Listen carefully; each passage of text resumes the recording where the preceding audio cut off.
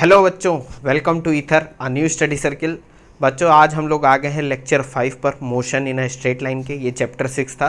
हम लोगों ने इससे पहले वाले लेक्चर में बहुत कुछ पढ़ लिया। लास्ट वाला जो लेक्चर हम लोगों ने पढ़ा था उसमें हम लोगों ने वेलोसिटी के बारे में जाना था। हम लोगों ने इंस्टेंटेनियस वेलोसिटी कैलकुलेट करना सीखी थी कि कैसे कैलकुलेट करते हैं। आज के बच्चों इस वीडियो में हम लोग पढ़ने वाले हैं एक्सेलरेशन के बारे में। अब क्या होता है, कैसे कैलकुलेट करते हैं, कितने टाइप के एक्सेलरेशन होते हैं, ये सब हम लोग इसमें देखेंगे। टाइप मतलब एक्सेलरेशन एक क्वांटिटी है, वो टाइप का मतलब होता है मेज़र करने का तरीका। अब बच्चों देखो, अगर आपने वो लास्ट वाले वीडियो नहीं देखे हैं तो उनको ज़रूर देख लेना चाहिए, क्योंकि मैंने पहले भी बताया था यहाँ सब मिलेगा बच्चों यूट्यूब पर। ऐसा कुछ नहीं होगा जो नहीं मिलेगा आपको। आपको चैनल पे जाना है, प्लेलिस्ट उठानी है, लाइन से वीडियो पड़े हुए हैं। 1 2 3 4 4 वीडियो आ चुके हैं, 5वां ये है। इसको देखो बच्चों, पहले उसको जाकर ज़रूर देख लेना, उसके बाद यहाँ पर आना, वरना ये समझ में नहीं आएगा। ठीक है बच्चों। क्या है बच्चों, देखो इतना बढ़िया सा बना रखा है यहाँ पर। ठीक है, एक्सेलरेशन क्या होता है बच्चों, पहले इसको जानने से पहले एक चीज़ समझते हैं बच्चों। देखो हम लोगों ने वेलोसिटी के बारे में जाना था। वेलोसिटी क्या होती है? Change in displacement upon time interval की, change in position upon time interval, कि जैसे जैसे आपकी टाइम के साथ पोजीशन चेंज होती है तो हमें पता करना होगा कि कितनी फास्ट आपकी पोजीशन चेंज हो रही है। तो हम क्या यूज़ करते थे? वेलोसिटी, क्योंकि वेलोसिटी एक वेक्टर क्वांटिटी है तो उसमें मैग्नीट्यूड भी होता है, डायरेक्शन भी होती है। अब बच्चों एक चीज़ ये है कि जो वेलोसिटी जिस स्पीड से, अभी हम वेलोसिटी को थोड़ा किनारे रखते हैं क्योंकि वेलोसिटी में डायरेक्शन भी है। अब बच्चों हम जिस स्पीड से चल रहे हैं वो तो टाइम के साथ चेंज भी हो सकती है। मान लो आप कार ही स्टार्ट करते हो अपनी और चलना स्टार्ट करते हो, या बाइक से चलना स्टार्ट करते हो, तो इनिशियली आपने देखा होगा कि जब स्टार्ट हो रही होती है तो क्या होती है, वो एकदम रेस्ट पे होती है। धीरे धीरे वो स्पीड पकड़ती है, फिर एक कांस्टेंट स्पीड पे आप उसको लाकर चलते रहते हो, मस्त घूमते रहते हो। तो आप एक चीज़ नोटिस करो कि ये जो आपकी स्पीड जिसको आप बोल रहे हो वो क्या हो रहा है, टाइम टू टाइम और पोजीशन के हिसाब से चेंज भी तो हो रही है।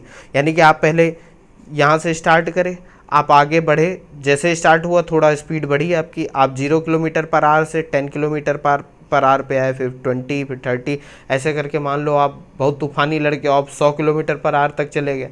तो मेरा कहने का मतलब है स्पीड बढ़ रही है टाइम के साथ, या घट भी सकती है। आप चल रहे थे, आप धीमे, आपने ब्रेक मारे, आप क्या हो गया, धीमे आके रुक गए। तो स्पीड टाइम के साथ धीमे भी हो सकती है, तेज भी हो सकती है। या मैं अगर डायरेक्शन को भी ले लूँ तो वेलोसिटी की अगर बात करें जनरल टर्म में, क्योंकि वेलोसिटी में स्पीड भी छुपी हुई है और उसमें डायरेक्शन भी है, तो वेलोसिटी को हम जनरल वे में बात करते हैं। तो वेलोसिटी क्या है बच्चों, टाइम के साथ चेंज हो सकती है। अब टाइम के साथ वेलोसिटी चेंज हो रही है, इसका मतलब कि पोजीशन के साथ भी चेंज हो रही है। अब यहाँ बच्चों लिखा क्या है उसको ध्यान से समझते हैं, बहुत इंटरेस्टिंग कहानी है कि वेलोसिटी ऑफ एन ऑब्जेक्ट में चेंज विथ टाइम। अब वो कितना चेंज हो रही है यही बच्चों एक्सेलरेशन बताता है। लेकिन अब यहाँ पर आपने ये देखो, एक भाई साहब बने हुए हैं, इनको देखो बच्चों। अब इनके बारे में मैं क्या बताऊँ, इनका नाम आपने शायद सुना भी होगा, गैलीलियो गैलीलियाई, गैलीलियो। आपकी किताबों में हो सकता है इनकी फ़ोटो भी बनी हो। बच्चों ये 15th सेंचुरी 16th सेंचुरी में पैदा हुए एक ऐसे इटालियन, मैं कहूँगा कि one of the greatest minds जो अभी तक अर्थ पे आए हैं। ये बंदे की कहानी मैं किसी दिन फ्री होकर ऐसे लेक्चर में आपको ज़रूर बताऊंगा, जिसको मतलब नज़रबंद कर दिया गया था, बंद कर दिया गया था कमरे में, जेल में, कि तुम ज़्यादा बाहर नहीं निकलोगे। उसके बाद इन्होंने ऐसी ऐसी थ्योरी दी है, समझो यहाँ तो हम लोग बाहर निकल के भी क्या ही कर पा रहे हैं, बात समझ रहे हो। इन्होंने ऐसी ऐसी थ्योरी दी थी। अब गैलीलियो जो है वो एस्ट्रोनॉमर भी थे, फिजिसिस्ट भी थे, मैथमेटिशियन भी थे, सब कुछ थे लगभग ये। इनके बारे में कहा जाता है कि इन्होंने जितनी आपकी ये मैकेनिक्स है, अभी मैकेनिक्स ये मैंने नाम इसलिए नहीं लिया अभी तक क्योंकि अभी जब हम लोग लॉज ऑफ मोशन पढ़ेंगे उसमें मैकेनिक्स के बारे में मैं आपको बहुत कुछ बताऊँ। मैकेनिक्स मतलब स्टडी आप कर रहे हो मोशन की, बेसिकली वो स्टडी को जो हम लोग बोल रहे हैं वो मोशन बोल रहे हैं। ठीक है।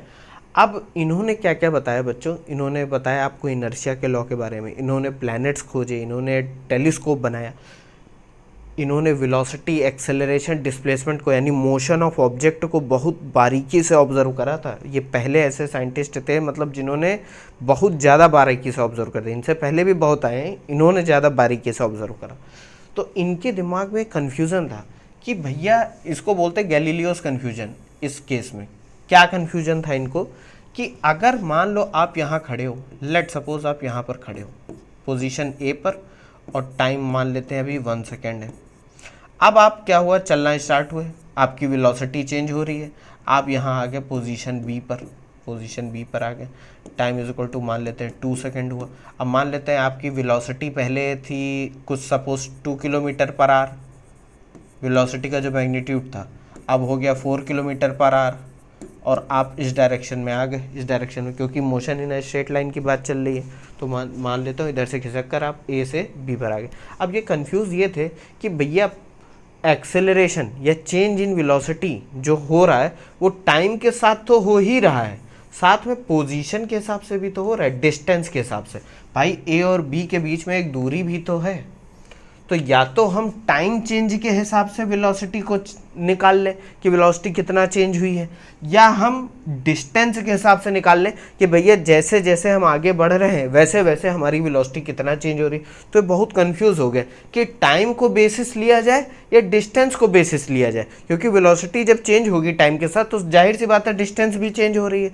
अब इनका ये जो कन्फ्यूजन था, इन्होंने एक बहुत अच्छा अपने दिमाग को ये बैठे बैठे एकदम सोच रहे थे। मतलब सोचो, मैं कभी कभी सोचता हूँ कि बंदे कितना ज़्यादा इन सब चीज़ों में दिमाग लगा पाते थे। ये क्या हुआ, इन्होंने एक एग्जाम्पल लिया अपने इस कन्फ्यूजन को दूर करने के लिए। इन्होंने क्या एग्जाम्पल लिया कि लेट सपोज हमारे पास एक बॉल है, एक क्या है, एक बॉल है, लेट सपोज ये एक बॉल है, इसको हम मान लेते हैं किसी हाइट 10 मीटर से नीचे फेंकते हैं, बस ऐसे हमने छोड़ दिया, इसको ऐसे छोड़ दिया। और इनके पास मान लो एक आपके पास घड़ी भी है, स्टॉप वॉच भी है, आप टाइम भी उसमें देखते जा रहे हो कि कितना टाइम हुआ, जब इसको छोड़ा गया तो कितना टाइम हुआ, ठीक है। अब बच्चों समझो, मान लो इस 10 मीटर को गिरने में इस टाइम लग रहा है, इसको टाइम लग रहा है 10 सेकेंड लग रहा है। अब इन्होंने ये पाया कि बॉल जब नीचे गिर रही है तो अगर हम इसको, ये जो डिस्टेंस है उसको मान लो 2-2 मीटर में डिवाइड कर दें, टोटल 1 2 3 4 5, ये लगभग हर एक जो इंटरवल है 2 मीटर का है। ये मैं आपको बच्चों समझाने के लिए बता रहा हूँ, इनके दिमाग में क्या चल रहा था वो भगवान ही जाने, लेकिन इन्होंने फाइनली क्या बताया है वो समझाने के लिए मैं आपको ये सब कहानी बता रहा हूँ। मतलब ये हुआ कि बॉल को जब छोड़ा गया तो इन्होंने पाया कि जब बॉल जस्ट ड्रॉप कराई गई तो शुरुआती 2 मीटर में शुरुआती डिस्टेंस जो इसने ट्रेवल करी, मान लेते हैं 0.1 से जब ये 0.2 पर आई, तो देखा इन्होंने कि बॉल का जो डेल्टा वी है, डेल्टा वी यानी वेलोसिटी में चेंज, जो इसकी स्पीड बढ़ रही है वो बहुत ज़्यादा है। तो यानी कि अगर आप एक्सेलरेशन निकालें, एक्सेलरेशन को ऐसे निकालें, कैसे निकालें, change in velocity upon distance को मैं यहाँ एस से मेजर कर दे, एस से लिख देता हूँ, एस से कह दो या फिर डी लिख दो, change in velocity upon distance. इन्होंने सोचा अगर मैं ऐसे कैलकुलेट करूंगा तो शुरुआती 2 मीटर में तो ये वैल्यू बहुत ज़्यादा होगी, क्योंकि डेल्टा वी क्या है, बहुत ज़्यादा है। मान लो शुरुआत में 1 से 2 आने में इसकी स्पीड बढ़ गई 10 किलोमीटर पर आवर, बात समझे, तो कितना हो गया 10 किलोमीटर आवर अपॉन 2, 5 यूनिट का एक्सेलरेशन है, अभी यूनिट पे नहीं जाते। उन्होंने कहा वाह ये तो बहुत अच्छा है, लेकिन इन्होंने एक चीज़ पाई कि जैसे ही वो गिरती जा रही, यानी अब वो जब 2 से 0.2 से 0.3 पे आई, फिर से 2 मीटर चली, तो इन्होंने देखा कि शुरुआत में एक्सेलरेशन कहाँ से बढ़ा। मान लो ये वेलोसिटी थी v1 = 1 किलोमीटर पर आवर, यहाँ पर तो सॉरी 0 होगी ना क्योंकि ये छोड़ी गई, और v2 पर वेलोसिटी हो गई 10 किलोमीटर पर आवर। इन्होंने देखा कि शुरुआती जब डिस्टेंस ट्रेवल करी तो चेंज आया 10 किलोमीटर पर आवर का, लेकिन जब ये उसके बाद और चलना चालू हुई तो अब चेंज 10 किलोमीटर आवर का नहीं आया, अब मान लेते हैं चेंज आया 5 का, तो ये हो गई 15 किलोमीटर पर आवर। उसके बाद जब ये और 2 मीटर चली यानी 0.3 से 0.4 पर आई, तो इन्होंने देखा वेलोसिटी हो गई है मान लो 17 किलोमीटर पर आवर। फिर फाइनली इसकी कुछ वेलोसिटी इस पॉइंट पे मान लेते हैं 5 पे वेलोसिटी आ रही है मान लो 17, एक और जोड़ दो मान लो 18 किलोमीटर पर आवर। अब देखो बच्चों, अभी मैं इसकी गणित पे मत जाना, आप कहोगे सर 10 सेकंड दिया h=12 gt², ऐसे करके मैं निकालूंगा तो ये तो आपके आंसर गलत आ रहा है। मैं आपको एक चीज़ समझाना चाह रहा हूँ। इन्होंने देखा कि अगर ये इस बॉल को ऐसे फेंकें तो पॉइंट जैसे जैसे इसकी डिस्टेंस बढ़ रही है चेंज इन वेलोसिटी घटता जा रहा है। देखो बच्चों, जब पॉइंट 1 से 2 आया तो वेलोसिटी कितना चेंज हुई, पहले 0 क्योंकि वो रेस्ट पे छोड़ा हमने, वेलोसिटी बढ़ी और बहुत तेजी से बढ़ी, कितनी हो गई 10 किलोमीटर पर आवर। और जैसे ही मैंने वो नीचे और आई तो देखा उतनी ही सेम डिस्टेंस अगर मैं ले लूँ 2 मीटर और 2 मीटर नीचे वाली भी, तो देखा वेलोसिटी अब 10 यूनिट से नहीं बढ़ी, अब कितने से बढ़ी 5 से। देखो 0 से 10, 10 से 15 तो 5 यूनिट का इंक्रीमेंट हुआ। उसी तरह जब हम और नीचे 2 मीटर गए तो देखा कि V3 से V4 में अब और कम इंक्रीमेंट हो गया, 5 का हो रहा था 15 से 17 2 ही का हुआ। फिर V4 से और आगे मतलब और नीचे जब ये गिरी तो V4 से V5 इंक्रीमेंट अभी भी हो रहा है, इंक्रीमेंट कॉन्टिन्यूअस हो रहा है, लेकिन डिस्टेंस जैसे जैसे बढ़ रही है from the point of fall delta V change in velocity वैसे वैसे घट रहा है। ये इन्होंने ऑब्जर्व करा किसके लिए, फ्री फॉलिंग ऑब्जेक्ट के लिए। कहोगे सर ये फ्री फॉल क्या है, बच्चों अभी के लिए बस ऐसे जान लो, अभी के लिए बस इतना जान लो कि अगर किसी ऑब्जेक्ट को अर्थ की ग्रेविटी में हम बिना किसी एयर रेजिस्टेंस के मतलब बिना किसी फोर्स के बस ऐसे छोड़ दें, ऐसे बस ऐसे छोड़ दें, तो वो जिस एक्सेलरेशन से नीचे आता है उसको बच्चों आपको पता होगा 9th में भी पढ़ा होगा, वो जी होता है, वो होता है जी, 9-10 में भी पढ़ा होगा, जिसको बोलते हैं एक्सेलरेशन ड्यू टू ग्रेविटी। मतलब अर्थ की ग्रेविटी की वजह से बॉडी पर जो एक्सेलरेशन लग रहा है वो 9.8 मीटर पर सेकंड स्क्वायर होता है। अब इन्होंने ये, अब देखो बच्चों अगर गैलीलियो ना होते तो हम इस वैल्यू पर कभी ना आते, बताओ क्यों। कहोगे सर उनका इससे क्या लेने देना, अभी बताता हूँ। इन्होंने ये दिमाग लगा लिया कि भैया अगर हमने acceleration with respect to distance ले लिया, यानी चेंज इन वेलोसिटी को हम अगर डिस्टेंस के रिस्पेक्ट में कैलकुलेट करने लगे तो बड़ी दिक्कत होने वाली, क्योंकि वो हर एक पॉइंट पे चेंज हो रही है। और हम अगर ऐसी वैल्यू, देखो हम फिजिक्स या साइंस में एक चीज़ चाहते हैं कि हर चीज़ बहुत आसानी से एक्सप्लेन हो जाए। इन्होंने कहा कि भैया फोर्स और ग्रेविटी तो हर जगह सेम लग रहा है, लेकिन बार बार अगर एक्सेलरेशन चेंज होता गया तब तो हम मैथमेटिक्स सॉल्व करेंगे तो परेशान हो जाएंगे, हर एक पॉइंट पे हमको अलग अलग एक्सेलरेशन मिलेगा। बात समझ में आ रही कि नहीं। तब इन्होंने कंक्लूजन निकाला कि एक बार टाइम से निकाल के देखते हैं। जब इन्होंने टाइम के बेसिस पे निकाला कि मान लो 1 सेकंड गिरी, टोटल 10 सेकंड लग रहे हैं, तो 1 सेकंड गिरी तो जितना वेलोसिटी में चेंज आया अपॉन टाइम, फिर 1 सेकंड गिरी, तब इन्होंने ये वैल्यू पाई, लगभग मतलब मान के चलो कि ये वैल्यू मिले इनको, एक कांस्टेंट वैल्यू मिली। अब पता नहीं ये मिली कि नहीं मिली, एक कांस्टेंट वैल्यू इनको मिली। तब इन्होंने सोचा कि हाँ भाई ये बात सही है, अगर हम टाइम को बेसिस ले लें, यानी वेलोसिटी चेंज को डिस्टेंस के रिस्पेक्ट में मत मेज़र करें, हाँ डिस्प्लेसमेंट के रिस्पेक्ट में हम मेज़र करें टाइम के रिस्पेक्ट में, तो वो एक कांस्टेंट वैल्यू आता है फ्री फॉल के केस में। बात समझिए, इसलिए इन्होंने टाइम को एज अ रेफरेंस माना। अब आप कहोगे सर बहुत कहानी समझा दी इनकी, हमको पता है एक्सेलरेशन क्या होता है, हमने छोटे क्लासेस में भी पढ़ रखा है, बहुत सिंपल सी चीज़ होती है बच्चों, कैलकुलेट करना भी आसान है। देखो बच्चों ये कहानी इसलिए बताता हूँ ताकि आप सोचना समझो, आप सोचोगे कैसे ये मैं आपको समझाना चाहता हूँ। देखो एक बहुत इंटरेस्टिंग बात बताता हूँ। अब आप कहोगे सर इन्होंने तो बस इस फ्री फॉल के लिए इन्होंने ये चीज़ कैलकुलेट करी, हम तो मोशन इन स्ट्रेट लाइन, मान लो मैं रोड पे चल रहा हूँ, मैं कहीं से गिर नहीं रहा हूँ, मैं बिल्डिंग से नहीं फांद गया हूँ, तो क्या वैल्यू एप्लीकेबल होगी। देखो बच्चों एक्सेलरेशन मतलब यहाँ पर सीधी सीधी बात हो रही है कि वेलोसिटी चेंज हमको कैलकुलेट करना है। अब या तो उसको टाइम के रिस्पेक्ट में कैलकुलेट कर लो या डिस्प्लेसमेंट या डिस्टेंस के रिस्पेक्ट में कैलकुलेट कर लो। अब आप कहोगे सर तो बेटर कौन सा होगा, तो बेटर बच्चों टाइम वाला है। क्यों है, क्योंकि मैंने बताया कि उसकी वैल्यू फ्री फॉल के केस में कांस्टेंट आई तो उन्होंने टाइम को ही ले लिया। ऐसा नहीं, हम कुछ न्यूमेरिकल ऐसे भी लगाएंगे जिसमें हम डिस्प्लेसमेंट को या चेंज इन पोजीशन को भी हम अपना रेफरेंस मानेंगे कि एक पोजीशन से दूसरी पोजीशन गया तो डिस्टेंस उसकी बढ़ गई तो हम उसको एज अ रेफरेंस मान रहे हैं कि वेलोसिटी कितना चेंज हुई। बात समझ गए। लेकिन बेसिकली जो एक्सेलरेशन की डेफिनेशन है वो टाइम के रिस्पेक्ट में ली जाती है, क्योंकि वो चलता आ रहा है। कब से चलता आ रहा है, गैलीलियो के टाइम से। ठीक है। अब बच्चों जैसे हम लोगों ने वेलोसिटी पढ़ी थी वैसे एक्सेलरेशन को भी मेज़र करने के 2 तरीके हैं और दोनों का यूज़ अलग अलग जगह अलग अलग तरीके से होता है। सबसे पहला तो पॉइंट आप देखते ही समझ जाओगे, एवरेज एक्सेलरेशन। एवरेज एक्सेलरेशन का भाई जाहिर सा मतलब है कि उसको एक किसी टाइम ड्यूरेशन के लिए कैलकुलेट करा जा रहा है कि भैया 5 सेकेंड में बताओ वेलोसिटी चेंज कितना है, तो एक पर्टिकुलर टोटल हमको टाइम ड्यूरेशन दे दिया गया ना कि मान लेते हैं कोई तुम यहाँ पर खड़े हो और उसके बाद टाइम t=0 पर चले, तुम्हारी वेलोसिटी कुछ मान लेते हैं थी 5 किलोमीटर पर आवर, और मतलब तुम चल ही रहे थे उस वक्त और तुम यहाँ पर आए और हमने कह दिया 5 सेकंड जब आपकी स्टॉप मतलब जब आप चल रहे थे तो आपने t इक्वल टू 0 अपनी स्टॉप वॉच में सेट कर दिया और आपकी वेलोसिटी चेंज हो गई। कितनी चेंज होगी? आपकी वेलोसिटी चेंज हो गई 10 किलोमीटर पर आवर पे आ गए। अब मैं आपसे कह दूं कि भैया बताओ ये आर में ले लो 5 को, क्योंकि यहाँ पर आर की बात हो रही है, तो 10 किलोमीटर पर आवर और इसको ले लेते हैं हम time is equal to 1 hour. 1 घंटे में आपकी वेलोसिटी चेंज हो गई 5 से 10। अब मैं आपसे कहूं कि इस टोटल 1 घंटे में चेंज इन वेलोसिटी कितना होगा, तो आप कहोगे कि सर हम एवरेज वेलोसिटी बता सकते हैं, क्योंकि आपने तो हमको टोटल टाइम दे दिया ना, टाइम ड्यूरेशन डेल्टा टी, इसकी बात हम पहले भी कर चुके हैं। तो चेंज इन वेलोसिटी क्या होती है बच्चों? चेंज इन ये एवरेज एक्सेलरेशन क्या होता है? Change of velocity divided by time interval. और इसको रिप्रेजेंट कैसे करते हैं बच्चों? जैसे हम एवरेज वेलोसिटी को करते थे, एक्सेलरेशन को ए से और इसके ऊपर एक ऐसे लाइन खींच दो, इसको बार बोलते हैं ए बार।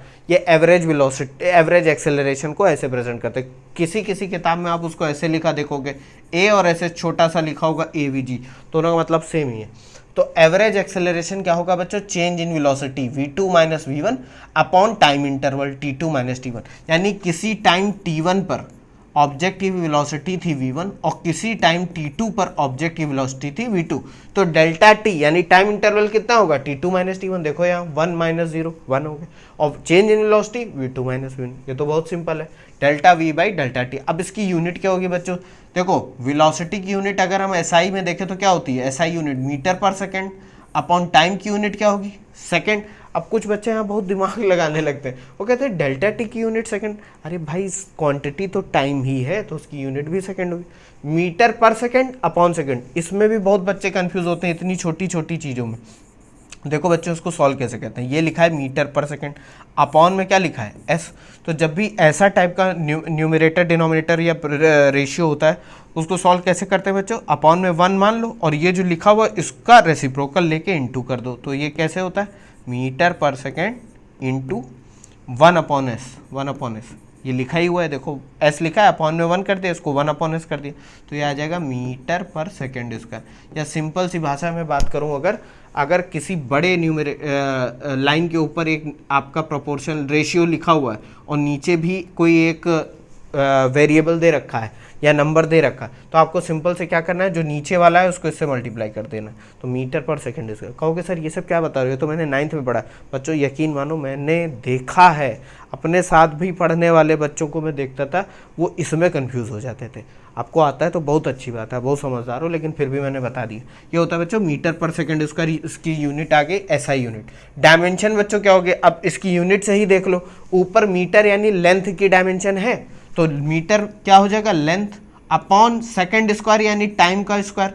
इसको ऊपर ले जाओगे तो क्या हो जाएगा? t की पावर -2। तो डायमेंशन एक्सेलरेशन की क्या हो गई?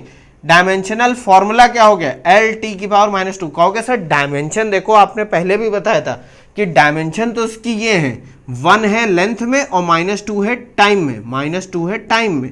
ये है डायमेंशनल फॉर्मूला। बात समझ गए? ये आप हमको बता सकते हो कि सर आपने मुझे यही बताया था। ये डायमेंशन मैंने यहाँ लिख दिया, ये एक्चुअली डायमेंशनल फॉर्मूला है, ठीक है। और एक बहुत इंपॉर्टेंट पॉइंट, एक्सेलरेशन एक वेक्टर क्वांटिटी है। जाहिर सी बात है कि मैं बार बार बोल रहा हूँ कि अगर आपको ना पता चल पाए कि कोई क्वांटिटी कैसी क्वांटिटी है तो उसके फॉर्मूले पे जरा जाना। एवरेज एक्सेलरेशन है change in velocity upon time interval. Velocity अपने आप में एक वेक्टर क्वांटिटी है, टाइम हमारा स्केलर है, वेक्टर को स्केलर से डिवाइड करेंगे तो वेक्टर क्वांटिटी ही मिलेगी, इसलिए वेक्टर क्वांटिटी। ऐसे अब कह दो सर अगर यही ना पता हो वेलोसिटी कौन सी क्वांटिटी है तो मत पढ़ाई करो, फिर छोड़ो फिर ये सब बता चुका हूं मैं पहले, मैंने पहले कहा कि जाके देख लेना वो सारे वीडियो। अब वेक्टर क्वांटिटी होने का मतलब क्या है कि एक्सेलरेशन में भी भैया मैग्नीट्यूड भी होगा, साथ ही साथ क्या होगा? साथ ही साथ डायरेक्शन भी होगी। ऑब्वियस सी बात है, मैग्नीट्यूड भी है और डायरेक्शन भी है, ठीक है।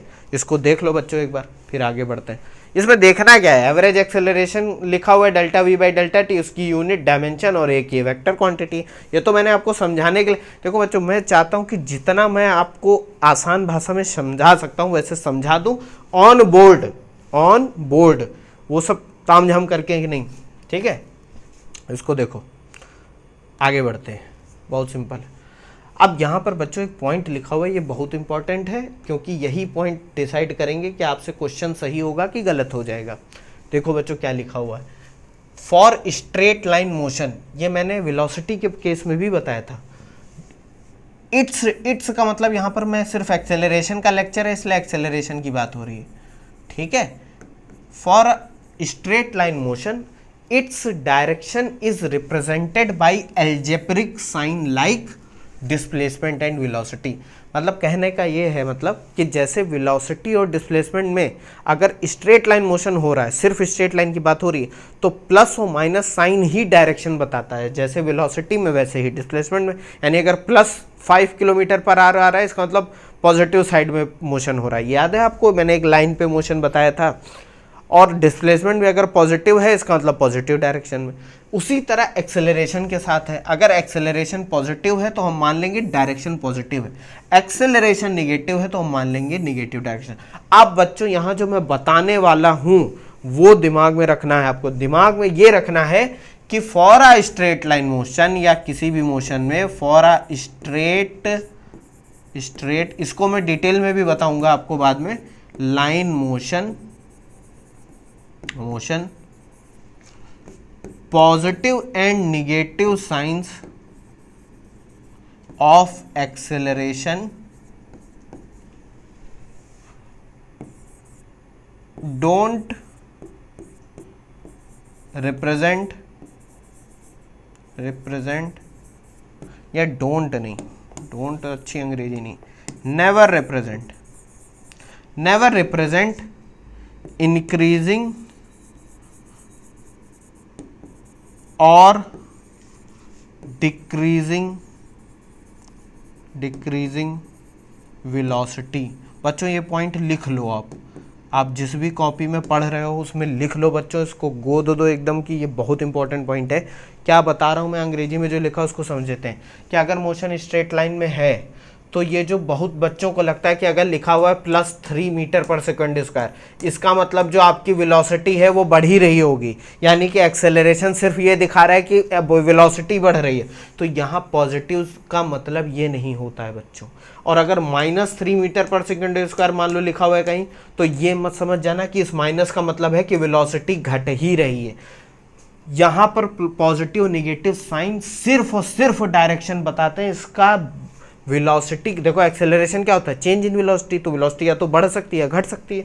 तो पॉजिटिव एक्सेलरेशन का ये मतलब नहीं होता है कि वेलोसिटी आपकी टाइम के साथ बढ़ रही है, और नेगेटिव का ये मतलब नहीं होता है कि टाइम के साथ घट रही है। बच्चे कंफ्यूज हो जाते हैं और फिर वो अर्थ का अनर्थ फिजिक्स में हो जाता है। ये बच्चों बात ध्यान में रखना है। तो कह दोगे सर मतलब फिर क्या होता है, मतलब सिर्फ डायरेक्शन से होता है। अभी इतना ध्यान रखो, फिर मैं आपको एक बाद में बहुत इंटरेस्टिंग चीज़ें बताऊंगा। इसको देख लो बच्चों एक बार, ये पॉइंट बस ध्यान रखना बच्चों, और ये लिख लो। ये तो मैंने आपको बस एक एग्जाम्पल दिया है, ये हटा देता हूँ, ठीक है। इसको देख लिया, आगे बढ़ते हैं। अब देखो, जैसे बच्चों हम लोगों ने एवरेज वेलोसिटी का ग्राफिकल मीनिंग जाना था, पोजीशन टाइम ग्राफ पे एक्सेलरेशन वेलोसिटी क्या होती है, एवरेज वेलोसिटी। उसी तरह बच्चों देखो, जब हम लोग एवरेज वेलोसिटी पढ़ रहे थे तो हमने क्या जाना था, डिस्प्लेसमेंट या change in position upon time interval. तो यहाँ पर ग्राफ किसका लेते थे, पोजीशन वर्सेस टाइम, टाइम के साथ पोजीशन कैसे चेंज हो रही है। लेकिन एक्सेलरेशन कौन सी क्वांटिटी है जिसमें ऊपर आता है डेल्टा वी और नीचे आता है डेल्टा टी, यानी चेंज इन वेलोसिटी की बात हो रही है और टाइम की हो रही है। तो हम प्लॉट किसका किसका बनाएंगे, time velocity versus time. v ये देखो y एक्सिस पे दे रखी है वेलोसिटी, हमने मान लिया इसकी यूनिट है मीटर पर सेकंड, ब्रैकेट में लिखा हुआ है, और x एक्सिस पे क्या मान लिया है, टाइम, जिसकी यूनिट है सेकंड, ठीक है। अब आप कहोगे सर ये तो हम समझ गए। अब मान लेते हैं कि कोई ऑब्जेक्ट है वो इस तरीके से चल रहा है कि उसकी वेलोसिटी टाइम के साथ ऐसे वेरी कर रही है। किसी टाइम मान लेते हैं इस पॉइंट पर उसकी वेलोसिटी इतनी थी, कुछ इतनी थी। किसी टाइम इंटरवल t1 पे, टाइम इंटरवल नहीं, किसी टाइम t1 पर उसकी वेलोसिटी कितनी थी, हम यहाँ से परपेंडिकुलर ड्रॉ करेंगे और ये v1 आ जाएगा। किसी टाइम t2 पर उसकी वेलोसिटी v2 थी। तो अगर हम इन सारे छोटे छोटे पॉइंट्स को हर एक टाइम पर उसकी वेलोसिटी को प्लॉट करते जाएं तो हमको एक ये ब्लैक वाला कर्व मिल जाएगा, ब्लैक वाला कर्व मिल जाएगा। उन्हीं पे हमने दो टाइम ले लिए हैं, एक है t1 एक है t2, और उनके करस्पॉन्डिंग वेलोसिटी है v1 और t2 के करस्पॉन्डिंग है v2। बात समझिए, t1 से t2 जाने पर मतलब ये जो टाइम इंटरवल है उसको हमने मान लिया डेल्टा t, और v1 से v2 जो वेलोसिटी चेंज हो रहा है उसको मान लिया डेल्टा v। कर्व पे हमने दो पॉइंट ले लिए हैं, P1 और P2, ये जो टाइम T1 और T2 के करस्पॉन्डिंग दो पॉइंट है, और हमसे कहा जा रहा है कि भैया इस टाइम इंटरवल में डेल्टा t में T1 से T2 जब टाइम बढ़ा, वेलोसिटी जब v1 से v2 गई, तो एवरेज एक्सेलरेशन निकालो। तो जैसे हम बच्चों एवरेज वेलोसिटी निकालते थे उसमें हमने क्या कहा था कि एवरेज वेलोसिटी का क्या होता था definition, delta x upon delta t, और एवरेज एक्सेलरेशन क्या क्या होता है, delta we by delta t. तो change in velocity upon time. अगर मैं इस वाले ट्राइंगल में आ जाऊं P1 P2 C, ये वाला ट्राइंगल देखो, अब कहोगे सर ये ट्राइंगल कहाँ से आ रहा है, यहाँ से परपेंडिकुलर डाला, ये एंगल 90 डिग्री है। तो जरा यहाँ पर देखो, अगर मैं इन दोनों पॉइंट्स को एक लाइन, ये ब्लू वाली लाइन दिख रही है, इसको ज्वाइन कर दूं तो tan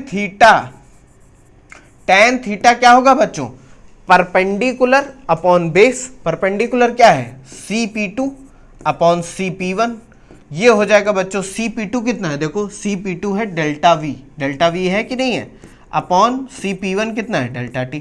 यही तो होता है बच्चों एवरेज एक्सेलरेशन की डेफिनेशन। तो हमें पता चला कि अगर हमारे पास कोई वेलोसिटी टाइम ग्राफ है और हमें किसी टाइम इंटरवल में एवरेज एक्सेलरेशन निकालना है, तो हम क्या करेंगे, वेलोसिटी टाइम ग्राफ में दो पॉइंट जिनके बीच में निकालना है उनको कनेक्ट कर देंगे एक स्ट्रेट लाइन से।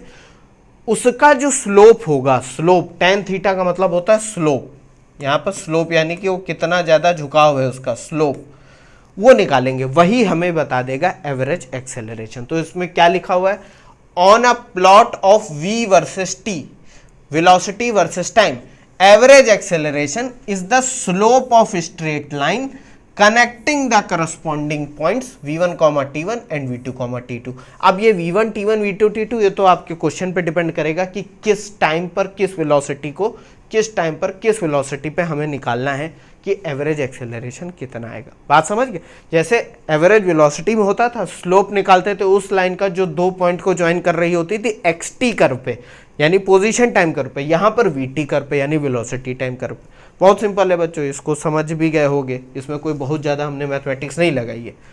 जो बच्चे आज मेरी क्लास में बैठ के देख रहे हैं या हम लोग जो समझ रहे हैं उनको बहुत आसानी समझ में आया होगा, जिन्होंने पहली क्लास देख ली, नहीं देखी है तब भी थोड़ा बहुत तो समझ गए ही होंगे, उनको ज़रूर देख लेना बच्चों, क्योंकि इतना ज़्यादा मैं धीरे धीरे बताऊंगा आपको, अगर आप देखोगे नहीं तो आपको लगेगा ये तो बहुत ज़्यादा बताया दे रहा है। ऐसा है कुछ नहीं, बहुत कुछ सिंपल बताया जा रहा है, देख लो इसको। ये बच्चों स्ट्रेट लाइन लग नहीं रही है, स्ट्रेट लाइन ही है, ठीक है। आगे बढ़ते हैं, एक क्वेश्चन लगा, अरे क्वेश्चन क्या है बच्चों, मैंने बस आपको कि आपको ऐसा लगे कि हाँ एवरेज वेलोसिटी, एवरेज एक्सेलरेशन समझ गए, ये बार बार मेरे मुंह से एवरेज वेलोसिटी निकल रहा है, एवरेज एक्सेलरेशन, क्योंकि इस क्लास है एक्सेलरेशन के बारे में।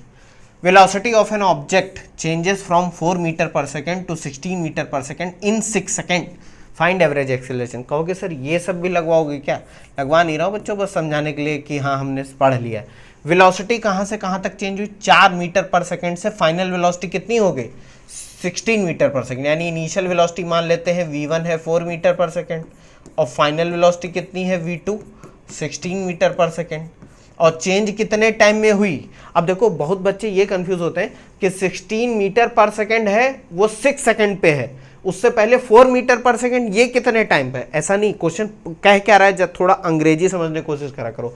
इट चेंजेस फ्रॉम 4 मीटर पर सेकेंड टू 16 मीटर पर सेकेंड इन 6 सेकेंड, यानी डेल्टा टी टोटल टाइम दे रखा है जिसमें वेलोसिटी चेंज हो रही है 6 सेकेंड। तो एवरेज एक्सेलरेशन क्या होता है, v2 minus v1 upon t2 minus t1, v2 minus v1 हो जाएगा 16 माइनस 4 और t2 माइनस t1 यानी डेल्टा t जो कि हो गया 6, तो कितना आ जाएगा बच्चों, ये हो जाएगा 12 अपॉन 6, ये आ जाएगा 2 मीटर पर सेकेंड स्क्वायर। क्यों, क्योंकि ये मीटर पर सेकेंड में है, टाइम सेकेंड में है, तो मीटर, ये आपका आंसर हो गया। ये बहुत सिंपल सा, मैंने बस खाली आपको दिखाने के लिए लिख दिया था कि हाँ कैसे कैलकुलेट करते हैं, ये कोई न्यूमेरिकल तो है नहीं, ये तो मजाक है।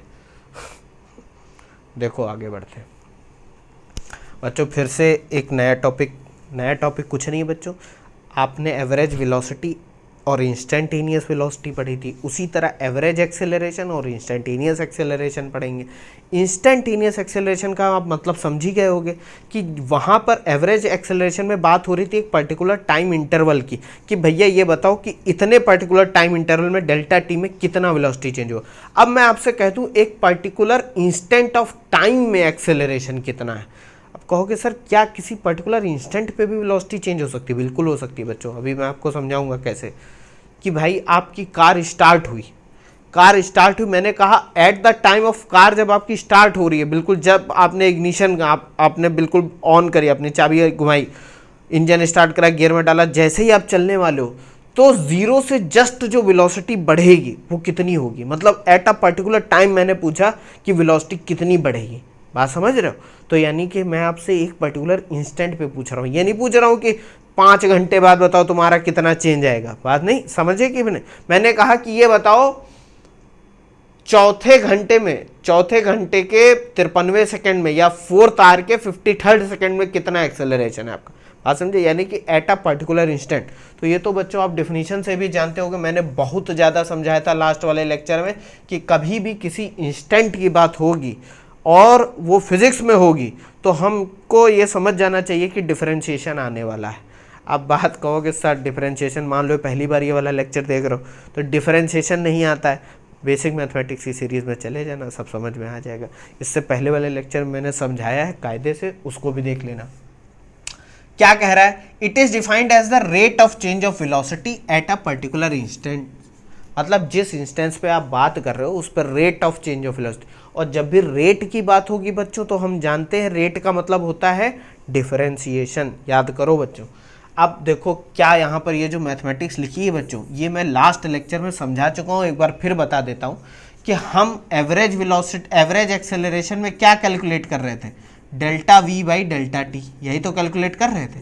अब मैं आपसे कहूँ कि किसी टाइम टी पर बताओ, किसी पर्टिकुलर इंस्टेंस पे बताओ, तो किसी पर्टिकुलर इंस्टेंस का यही मतलब होता है कि ये जो आपका टाइम ड्यूरेशन है इसको आप घटाकर छोटा करके किसी टाइम टी पर ले आओ। यानी मैं आपसे कहूँ कि 2 घंटे में कितना चेंज हुआ ये मत बताओ, उस 2 घंटे के बीच में मैंने एक टाइम चुन लिया कि मान लो 59th मिनट पे बताओ क्या है, तो आपको इस 2 घंटे को घटाकर किस पे लाना होगा, 59th मिनट पे। यानी इस डेल्टा टी को आपको क्या कर देना है, 0।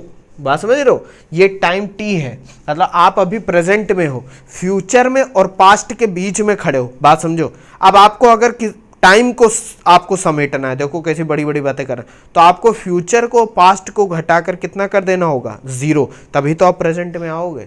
कितनी फिलॉसफी वाली बात भी कर दी मैंने कि फ्यूचर को पास्ट को घटाकर प्रेजेंट में लाना है, तो डेल्टा टी, मैं टाइम हूँ, मेरे इर्द गिर्द फ्यूचर और पास्ट है, इसको घटाकर डेल्टा टी को 0 लाना है।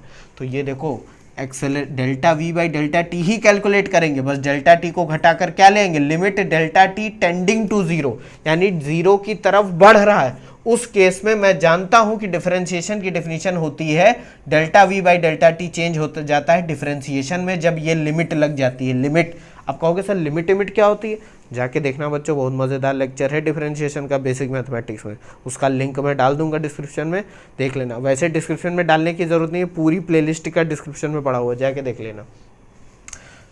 तो बच्चों एक चीज समझ गए कि इंस्टेंटेनियस एक्सेलरेशन होता है dv बाई dt।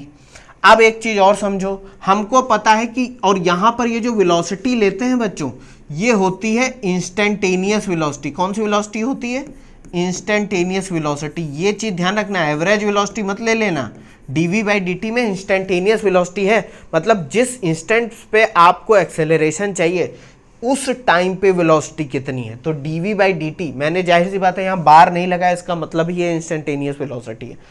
तो dv बाई dt आ गया। अब हम जानते हैं कि इंस्टेंटेनियस वेलोसिटी क्या होती है, या अब मैं बार बार इंस्टेंटेनियस नहीं बोलूंगा, ये बहुत बड़ा वर्ड है, मैं सिर्फ वेलोसिटी बोलता हूँ। तो वेलोसिटी क्या होती है बच्चों, dx upon dt, rate of change of displacement. अगर मैं इस v equal to D X upon D T को इसमें रख दूं तो एक्सेलरेशन क्या होगा, dv अपॉन डी टी, और या d बाई डी टी को ऐसे ही रहने दो, v की जगह ये वैल्यू पुट कर दो, ये वैल्यू यहाँ पे रख दो, v की जगह ये वैल्यू यहाँ पे रख दो, तो देखो ये क्या हो जाएगा, d बाई डी टी और v की वैल्यू रख दी dx अपॉन dt। अब बच्चों देखो डिफरेंशिएशन का एक नियम है, जब भी ऐसे डी डी डी डी आने लगते हैं उसका मतलब वो सारे जुड़ जाते हैं आपस में, मल्टीप्लाई हो जाते हैं। तो देखो एक डिफरेंशिएशन दूसरा differentiation D square upon D T square. कहोगे सर यहाँ डी स्क्वायर कर दिया, यहाँ डी टी स्क्वायर का मतलब क्या है, यहाँ क्यों नहीं बच्चा ये प्रेजेंटेशन है, ये मत समझना ये कोई लेटर है जिसको मल्टीप्लाई कर देंगे, ये एक्स नहीं है, ये एक ऑपरेटर है जिसको हम डेरिवेटिव बोलते हैं। तो इसको प्रेजेंट करने का तरीका क्या होता है बच्चों, जब ऐसा कुछ लिखा हो कि ऊपर वाले को दो बार, हमें इस एक्स को टाइम के रिस्पेक्ट में दो बार डिफरेंशिएट करना है, एक बार नहीं दो बार। यानी एक बार dx बाई डी टी निकालो, फिर जो वैल्यू आ जाए उसका फिर d बाई डी टी निकालो, d अपॉन डी टी। यानी इसको बोलते हैं बच्चों सेकेंड डेरिवेटिव। क्या बोलते हैं, सेकेंड डेरिवेटिव। आपको x को दो बार डिराइव करना है with respect to time. Derive कह दोगे सर प्रूफ करना है, वो वाली इंग्लिश नहीं बोल रहा हूँ बच्चों, डिराइव यानी है डेरिवेटिव निकालना। तो जब भी ऐसा लिखा देखना तो समझ जाना कि ये लिखा हुआ है, ये d2x upon D T square. तो देखो यहाँ पर हमें ये भी पता चल गया पोजीशन के रिस्पेक्ट में भी हम एक्सेलरेशन निकाल। अब आपसे अगर किसी क्वेश्चन में वेलोसिटी दे रखी है टाइम के रिस्पेक्ट में as a function of time, कहोगे सर ये क्या बक रहे हो, बक नहीं रहा हूँ। वेलोसिटी अगर टाइम के रिस्पेक्ट में दी जा रही है तब भी आप एक्सेलरेशन निकाल लोगे dv बाई डी टी से, dv बाई डी टी से। और अगर आपको position with respect to time दी जा रही है तब भी आप एक्सेलरेशन निकाल लोगे, a is equal to D two X upon D T square. एक्स को दो बार टाइम के रिस्पेक्ट में क्या करोगे, डिफरेंशिएट कर दोगे। कह दोगे सर बहुत ज़्यादा तो इसमें नहीं समझ में आया लेकिन कुछ कुछ आ गया, अभी जब न्यूमेरिकल लगाएंगे तो सब समझ में आ जाएगा। यूनिट देखो बच्चों, क्योंकि ये एक्सेलरेशन ही है तो यूनिट तो जाहिर सी बात है जो एवरेज की थी वही इंस्टेंटेनियस की, मीटर पर सेकेंड स्क्वायर। डायमेंशन भी वही होगी LT की पावर -2 और वेक्टर क्वांटिटी तो ये भी है। बात समझ गए कि नहीं, इसको देख लो बच्चों एक बार, फिर मैं आपको एक बताता हूँ एक पॉइंट बहुत इंपॉर्टेंट। आगे बढ़ते हैं, क्या है बच्चों ग्राफिकल मीनिंग। अब बच्चों बहुत सिंपल है, इसमें मैं ज़्यादा टाइम इसलिए नहीं खपाऊंगा क्योंकि मैं बता चुका हूँ। जैसे ग्राफिकल मीनिंग इंस्टेंटेनियस वेलोसिटी का होता है वैसे ही ग्राफिकल मीनिंग इंस्टेंटेनियस एक्सेलरेशन का होता है। तो क्या कह रहा है, इंस्टेंटेनियस एक्सेलरेशन कहो या हमेशा, देखो जब भी खाली एक्सेलरेशन लिखा देखना तो इसका मतलब समझना वो इंस्टेंटेनियस की बात हो रही है, मतलब किसी एक पर्टिकुलर इंस्टेंट पे। जैसे मैं कह दूं कि किसी बंदे XYZ का एक्सेलरेशन 5 मीटर पर सेकेंड स्क्वायर, इसका मतलब किसी टाइम पर इन्होंने बात करी है, ऐसा नहीं है कि वो हर समय वैसे ही बना हो रहा है। बात समझे कि नहीं। तो क्या कह रहा है, ग्राफिकल मीनिंग क्या होती है इंस्टेंटेनियस एक्सेलरेशन की। एक्सेलरेशन देखो जब भी खाली एक्सेलरेशन, फिर मैं बोल रहा हूं जब भी खाली एक्सेलरेशन लिखा देखो तो उसका मतलब समझ लेना कि वो इंस्टेंटेनियस की बात हो रही है। एक्सेलरेशन एट एन इंस्टेंट होगा, इंस्टेंस होगा। Acceleration at an instant is the slope of the tangent to the velocity time curve at that instant. कहोगे सर ये तो बहुत ज़्यादा मैथमेटिक्स है, कोई बहुत ज़्यादा मैथमेटिक्स नहीं बच्चों। आप वेलोसिटी टाइम कर्व जो आपने बनाया था इसके ऊपर बच्चों लास्ट वाले लेक्चर में मैंने पूरा सॉल्व करके दिखाया है कि कैसे टेंजेंट बता देता है एक्सेलरेशन क्या होगा या वेलोसिटी क्या होगी। अब देखो यहाँ पर एक ये कर्व बना हुआ है, ये कर्व क्या है, ये वेलोसिटी वर्सेस टाइम का कर्व है कि भैया अगर टाइम ऐसे बढ़ रहा है तो वेलोसिटी उसके करस्पॉन्डिंग ऐसे ऐसे बढ़ रही है। बात समझे, कर्व यही तो बताता है कि हमारा टाइम अगर ऐसे वेरी करेगा तो वेलोसिटी ऐसे ऐसे वेरी करेगी। अब मान लो मैं कह दूँ किसी टाइम पर हमें, या कह दूं इस पॉइंट पर, कर्व के इस पॉइंट पर किसी इंस्टेंस पर हमें एवरेज नहीं एक्सेलरेशन बताओ तो क्या करोगे, इस पॉइंट पे एक टेंजेंट डाल दोगे, एक टेंजेंट डाल दिए, ग्रीन कलर की लाइन दिख रही, इसका बच्चों जो स्लोप होगा टाइम एक्सिस से वही हमें एक्सेलरेशन दे। कहोगे सर इससे पहले तो आपने कुछ और बताया था कि अगर हमको एवरेज एक्सेलरेशन निकालना होता था किन्हीं दो पॉइंट के बीच में तो हम उनको एक लाइन से जोड़ देते थे और इस लाइन का जो स्लोप होता था थीटा वो हमें दे देता था एवरेज एक्सेलरेशन। यहाँ पर बच्चों वही तो नहीं करना है क्योंकि यहाँ पर दो पॉइंट नहीं है, हम किसी एक पर्टिकुलर टाइम की बात कर रहे हैं। तो ये दोनों पॉइंट खिसक कर कहाँ पर आ गए, पी पर यानी किसी एक टाइम मान लेते हैं टी पर हमें पता करना है कि एक्सेलरेशन कितना है, तो हमने टेंजेंट डाला और देखा कि उसका एंगल कितना है, वो हमें बता देगा। और डिफरेंशिएशन की डिफिनीशन से हम जानते हैं कि किसी भी कर्व पे किसी पॉइंट पे डाला हुआ टेंजेंट जो स्लोप बनाता है उसी को डिफरेंशिएशन बोलते हैं। तो आप कहोगे सर ये तो कुछ बात पल्ले मेरे पड़ नहीं रही है। बच्चों बस इससे समझ लो कि अगर मान लो ये वेलोसिटी टाइम ग्राफ मान लो ऐसे बना हुआ है, ऐसे लेट सपोज वो वाला भी भूल जाओ, ऐसे बना हुआ है। इस पॉइंट पे लेट सपोज मैं कहता हूँ इस वाले टाइम पर, time is equal to 1 second पे लेट सपोज मैं आपसे कह दूँ कि बताओ एक्सेलरेशन क्या होगा, तो आप क्या करोगे, पहले तो इसके करस्पॉन्डिंग हम पॉइंट खोजेंगे कर्व पे, ये वाला पॉइंट मिला हमें। अब मैं क्या करूँगा, इससे छूती हुई, इससे टच करती हुई एक लाइन बना दूंगा। वो जो हमारी एक्स एक्सिस या कहते हैं इस केस में टाइम एक्सिस से एंगल बना रहा होगा, ये वाला टेंजेंट, ये एंगल जो बना रहा होगा उसका टैन या कहते हैं उसका स्लोप, जब भी टैन की बात हो तो समझ लेना स्लोप की बात हो रही, उसका स्लोप ये क्या कहलाएगा, ये कहलाएगा एक्सेलरेशन एट पॉइंट पी। वही बच्चों यहाँ पर भी कर रहे हैं। ये कर्व जो ब्लैक वाला दिख रहा है उसके हमको किसी टाइम टी पे निकालना था, तो हमने जब देखा कि ये पॉइंट कौन सा मिल रहा है कर्व पर, इसके परपेंडिकुलर लाइन ड्रॉ करी तो पॉइंट पी, इस पर हमने एक टेंजेंट डाल दिया। वो टेंजेंट जो एंगल बनाएगा थीटा एक्स एक्सिस से या कहते हैं इस वक्त टाइम एक्सिस, उसका टैन निकालेंगे तो हमको मिल जाएगा। लेकिन मैथमेटिक्स की भाषा में हम कहते हैं कि इतना कॉम्प्लिकेट हम क्यों कर रहे हैं, ये तो बहुत आसान सी चीज़ है। By the definition of differentiation हम जानते हैं कि जब किसी कर्व के किसी पॉइंट पे टेंजेंट डाला जाता है और वो टेंजेंट जो एंगल बना रहा हो अगर उसका हम टैन ले लें तो वही वैल्यू हमारा डी बाई डी एक्स के बराबर होती है, या इस केस में D V by D T के बराबर होती। तो यही बच्चों बस बेसिक आपके दिमाग में इतना आना चाहिए कि acceleration at an instant is the slope of the tangent to the VT curve at that instant, is the slope of the tangent. ये वाला थीटा दिख रहा है बच्चों, मैं इसको रब कर देता हूं तो थोड़ा आप कंफ्यूज नहीं हो गए। ये अरे ये तो पूरा ही रब हो गया, एक मिनट, हाँ ये पॉइंट पी था, इस वाले पॉइंट पे जो टेंजेंट ने एंगल बनाया उसका टैन, तो ये टैन थीटा इस केस में टेंजेंट का कैलकुलेट कर लोगे, वही हमें दे देगा एक्सेलरेशन जिसकी वैल्यू होगी D V by D T. अब बच्चों कई बार कहीं कहीं पे आप लिखा देखोगे, ऐसे लिखा देखा है जैसे आपने D V by D T, ये तो हो गया एक्सेलरेशन। अब ये एक जो लाइन खींच दी वो बच्चों सिर्फ प्रेजेंट करने के लिए कि इस लाइन का मतलब है एट पॉइंट पी, ये देखो ऐसे लाइन खींच दी और यहाँ पर लिख दिया नीचे पी, इसका मतलब हो गया एक्सेलरेशन एट पॉइंट पी। इस लाइन से कोई मैथमेटिकल मीनिंग नहीं है बच्चों, बस ये प्रेजेंट करने के लिए, इसका मतलब होता है at point P, at point P, समझ गए, इसको देख लो बच्चों, देख लिया।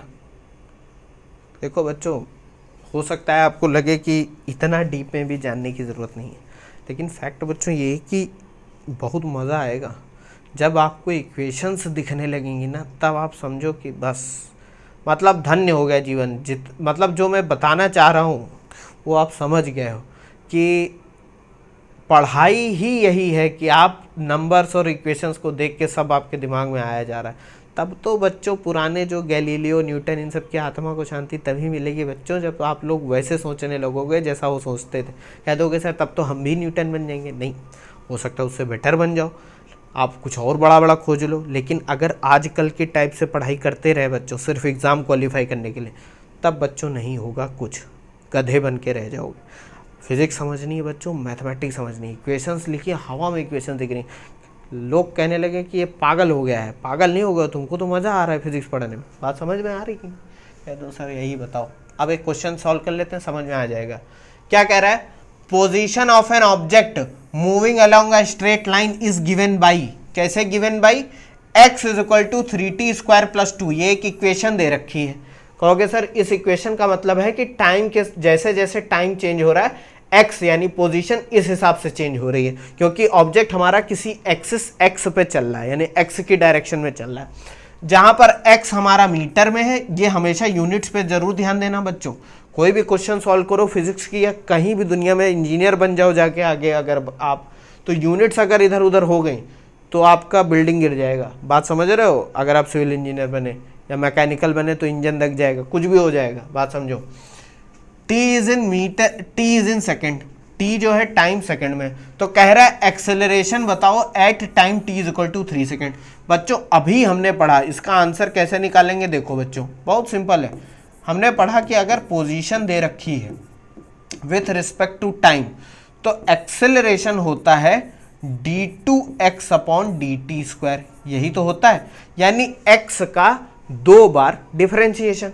तो पहले बच्चों हम एक बार डिफरेंशिएशन करते हैं, तो dx अपॉन dt कितना आ जाएगा बच्चों, डिफरेंशिएशन करते हैं 3 एक कांस्टेंट है वो बाहर रहेगा, t स्क्वायर का डिफरेंशिएशन कितना होगा बच्चों 2t, हो जाएगा कि नहीं हो जाएगा बच्चों। अगर ये सब ध्यान नहीं आ रहा है तो देख लेना जाके वीडियो एक बार। टी स्क्वायर का डिफरेंशिएशन 2t कैसे है, क्योंकि हमको पता है किसी भी वेरिएबल की पावर n हो, मान लो t की पावर n लिखा है, तो किसी x की पावर n का डिफरेंशिएशन क्या होता है n x की पावर n माइनस 1, तो यानी कि 2t की पावर 2 माइनस 1, तो ये हो जाएगा 2t, t की पावर 2 माइनस 1 यानी t की पावर 1, t आ गया, प्लस 2, तो किसी कांस्टेंट का डिफरेंशिएशन क्या होता है 0, तो ये आ जाएगा। अब बच्चों ये सब मैंने दिखाया भी था जब डिफरेंशिएशन बता रहे थे, हवा में दिखाया था कि किसी कांस्टेंट का डिफरेंशिएशन 0 क्यों होना चाहिए, 0 होता ही क्यों है, ये सब देख लेना जाके। 3 इंटू 2 ये आ गया 60, तो हमें बच्चों dx बाई dt पता चल गया, कितना पता चल गया 60। अब जब हम इसको दोबारा डिफरेंशिएट करेंगे यानी d2x बाई dt स्क्वायर, तो इस 6t को फिर से डिफरेंशिएट कर दो बच्चों। देखो बच्चों इसको ऐसे लिख सकते हैं d by D T of D x by D T, अभी मैंने लिख के दिखाया बच्चों, तो इसमें करना कुछ नहीं बच्चों, d by D T D x by D T आप निकाल चुके हो जो कि है 60, तो ये हो जाएगा बच्चों 6 है कांस्टेंट, ये बाहर आ जाएगा, dt अपॉन dt यानी टाइम का टाइम के साथ डेरिवेटिव ये 1 हो जाएगा, तो ये आ जाएगा 6 मीटर पर सेकेंड स्क्वायर आंसर। कहोगे सर यहाँ time is equal to 3 second पे पूछा था उसने एक्सेलरेशन, तो यहाँ टाइम की तो कहीं वैल्यू ही नहीं रखनी पड़ी। अच्छा है ना बच्चों, आपका आंसर डायरेक्ट आ गया। इससे एक चीज़ पता चलती है बच्चों, अगर मैं आपकी जगह होता तो मैं एक चीज़ जरूर सोचता, ऐसे क्वेश्चन को देखता और ये सोचता कि भैया जब वो acceleration time t is equal to 3 second पे पूछ रहा है तो यहाँ तो कहीं हमें यूज़ ही नहीं करना पड़ा, हमने 2 बार डेरिवेट कर दिया और हमारा आंसर आ गया। इसका बच्चों मतलब एक ही निकल के आता है कि एक्सेलरेशन कांस्टेंट है, time t is equal to 3 second पे निकालो, चाहे 2 सेकेंड पे निकालो, चाहे 1 सेकेंड पे निकालो। बात समझिए, कई बार बच्चे ज़्यादा दिमाग लगाकर भी क्वेश्चन गलत करके चले आते हैं, समझ रहे हो। हमें पूछा क्या एक्सेलरेशन, क्या ऐसा कोई इस तरीके का मोशन नहीं हो सकता कि एक्सेलरेशन कांस्टेंट है, यानी change in velocity change in time के साथ क्या है कांस्टेंट है, हर एक इंस्टेंट पे उसका जो चेंज इन वेलोसिटी है वो कांस्टेंट है, यानी जो वेलोसिटी चेंज हो रही है उसका रेट कांस्टेंट है। बात समझे रहे, हर मान लो इस घंटे में जो वेलोसिटी में चेंज आया है अगले ही घंटे में जो चेंज है वो दोनों सेम है, ऐसा नहीं हो सकता क्या, बिल्कुल हो सकता है। तो यहाँ पर भी हो सकता है इस क्वेश्चन में जो रियल लाइफ एग्जांपल लिया गया हो वो ऐसा ही हो कि time t is equal to 2 second पे भी एक्सेलरेशन वही हो, 4 सेकेंड पे, यानी टाइम पे कहीं ना कहीं एक्सेलरेशन डिपेंड ही नहीं कर रहा, इसीलिए तो वैल्यू कांस्टेंट आ गई 6 मीटर पर सेकेंड इसका, वरना ये वैल्यू कहीं t के रिस्पेक्ट में आती फिर हम t की वैल्यू रखते तब हमें एक्सेलरेशन पता चलता।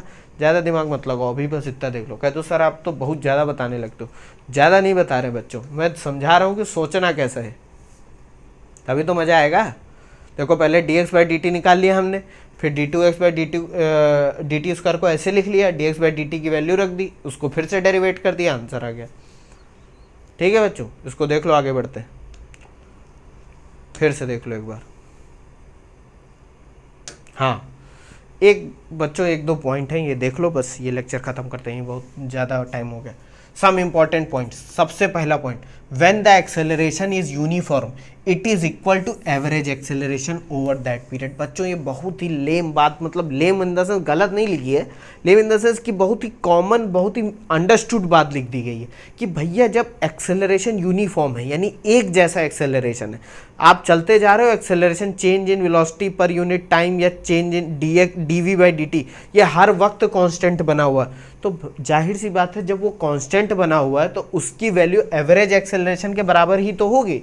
एवरेज एक्सेलरेशन की डेफिनेशन क्या होती है बच्चों, acceleration calculated over a period of time, और हम जान रहे हैं कि हर एक टाइम पर जब एक्सेलरेशन कांस्टेंट बना होता है तो over the period of time भी तो वही रहेगा। बात समझो मेरी, अगर मैं कहूँ कि t is equal to 1 second पे एक्सेलरेशन इतना है, t इज इक्वल टू 2 पर इतना है, t इज इक्वल टू 3 पर इतना है, तो t1 से t लास्ट तक या कह दूँ पूरे 10 सेकेंड में बताओ कितना एक्सेलरेशन होगा, तो जितना हर एक टाइम पे बना हुआ था उतना ही तो एक्सेलरेशन होगा। तो ये बहुत ही कॉमन सी बात लिखी है कि when acceleration is uniform it is equal to average acceleration, यानी इंस्टेंटेनियस एक्सेलरेशन हर एक इंस्टेंट पे एवरेज एक्सेलरेशन के बराबर हो जाएगा।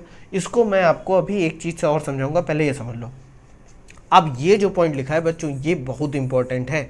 एक्सेलरेशन की डिफिनीशन में बच्चों देखो वेलोसिटी आती है, चेंज इन वेलोसिटी को हम ही तो कैलकुलेट करते हैं विथ रिस्पेक्ट टू टाइम।